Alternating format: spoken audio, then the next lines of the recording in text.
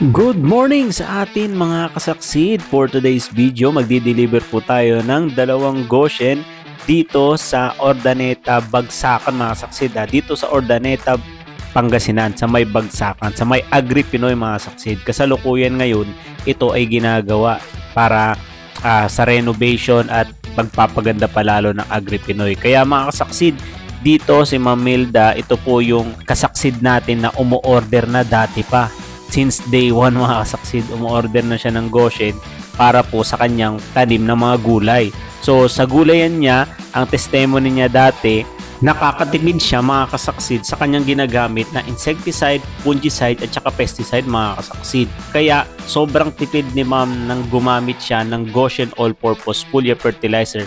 At ang kagandahan pa nito mga kasaksid, siya mismo ang nakapagpatunay na humahaba ang buhay ng gulay, nakakailang harvest siya sa kanyang gulayan. At ang kagandahan pa dito din mga kasaksid ay ang ganda daw ng bunga ng kanyang mga halaman, ng kanyang mga tanim na gulay. Kaya ayun, nagpadala ulit tayo o nagpa-deliver siya dito sa Bagsakan dahil naandito siya ngayon, dahil naubusan na siya mga kasaksid ng kanyang ginagamit na Goshen.